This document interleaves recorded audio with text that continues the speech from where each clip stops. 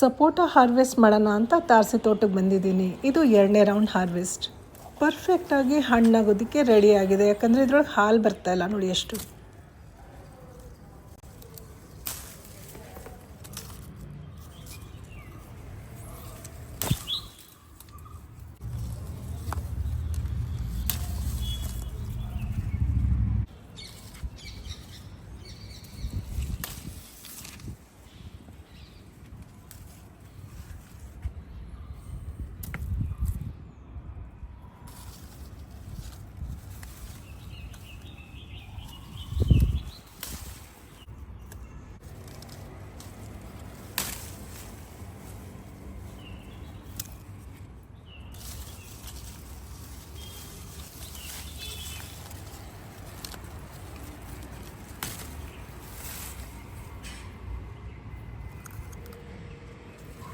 ನೋಡಿ ಹೇಗೆ ಬಂಚಲ್ಲೇ ಬಿಟ್ಟವೆ.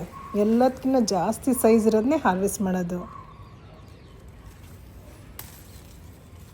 ಇದನ್ನೆಲ್ಲ ಜೋಡಿಸೋದಕ್ಕೆ ಎಗ್ ರ್ಯಾಕ್ ತಂದಿದೆ. ನನಗೆ ಡೌಟ್ ಇತ್ತು ಇದ್ರೊಳಗೆ ಫಿಟ್ ಆಗುತ್ತೋ ಇಲ್ವೋ ಅಂತ. ಯಾಕಂದರೆ ಮೊಟ್ಟೆ ಅಂತೂ ಇಷ್ಟು ಸೈಜ್ ಇರೋದಿಲ್ಲ. ಆಮೇಲೆ ಅನಿಸ್ತು ಟ್ರೈ ಮಾಡೋಣ, ಫಿಟ್ ಆದರೆ ಓಕೆ, ಇಲ್ಲ ಅಂದರೆ ಬೇರೆದಕ್ಕೆ ಶಿಫ್ಟ್ ಮಾಡ್ತೀನಿ. ನಾವೆಲ್ಲ ಸುಮ್ಮನೆ ಟೆನ್ಷನ್ ಮಾಡ್ಕೊಳ್ತೀವಿ. ನಮ್ಮ ತೋಟ, ನಮ್ಮ ಹಣ್ಣು ನಾವು ಜೋಡಿಸೋದು, ಹೇಗಾದರೂ ಮಾಡ್ಕೊಂಡ್ರೆ ಆಯಿತು. ಅದೊಂದು ಸ್ವಲ್ಪ ದೂರದಲ್ಲಿ ತುಂಬ ದಪ್ಪ ಸೈಜ್ ಇದೆ, ಅದನ್ನು ಹಾರ್ವೆಸ್ಟ್ ಮಾಡಿಕೊಂಡೆ. ತುಂಬ ಜಾಸ್ತಿನೇ ಹಾರ್ವೆಸ್ಟ್ ಮಾಡಿದ್ದೀನಿ. ಇದನ್ನೆಲ್ಲ ಈ ಬುಟ್ಟಿಗೆ ಶಿಫ್ಟ್ ಮಾಡಿಕೊಂಡೆ. ನೆಲದಲ್ಲಿರೋ ಮರದಲ್ಲಿ ಈ ಸೈಜ್ ಸಪೋಟ ಬಿಡೋದು ಕಷ್ಟ. ಅಂಥದ್ರಲ್ಲಿ 200 ಲೀಟರ್ ಡ್ರಮ್ನಲ್ಲಿ ಈ ಸೈಜ್ದು ಸಪೋಟ ಬಿಟ್ಟಿದ್ದೆಲ್ಲ ತುಂಬ ಖುಷಿ ಆಗ್ತಾಯಿದೆ. ಬುಟ್ಟಿ ತುಂಬ ಹಣ್ಣು ನೋಡ್ತಾ ಇದ್ದೀರಲ್ಲ, ಇದೆಲ್ಲ ನಾವೇ ತಿನ್ನಲ್ಲ, ಒಂದಷ್ಟು ಆತ್ಮೀಯದವ್ರು ಕೂಡ ಕೊಡ್ತೀವಿ. ಈ ಹಣ್ಣು ಮೇಲೆ ಯಾರು ತಿನ್ನಬೇಕಂತ ಹೆಸರು ಬರೆದಿರುತ್ತೋ ಅವ್ರಿಗೆ ಖಂಡಿತ ಸಿಕ್ಕೇ ಸಿಗುತ್ತೆ.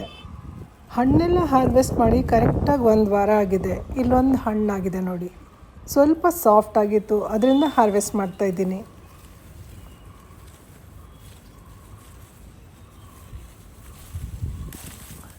ಒಂದು ತೊಟ್ಟು ಹಾಲು ಬಂದಿಲ್ಲ ನೋಡಿ, ಡ್ರೈ ಆಗಿದೆ. ಸೂಪರ್ ಹಣ್ಣು. ಯಾರ್ಯಾರಿಗೆ ಸಪೋಟ ಹಣ್ಣು ಅಂದರೆ ತುಂಬ ಇಷ್ಟ, ದಯವಿಟ್ಟು ಕಮೆಂಟ್ ಮಾಡಿ. ಇವತ್ತಿನ ವಿಡಿಯೋ ಇಷ್ಟ ಆಗಿದ್ರಲ್ಲಿ ಲೈಕ್ ಮಾಡಿ, ಶೇರ್ ಮಾಡಿ. ಮತ್ತೆ ಸಿಗೋಣ ಇನ್ನೊಂದು ಒಳ್ಳೆ ವಿಡಿಯೋ ಜೊತೆ. ಅಲ್ಲಿವರೆಗೂ ಧನ್ಯವಾದಗಳು. Thank you. ನಮಸ್ಕಾರ.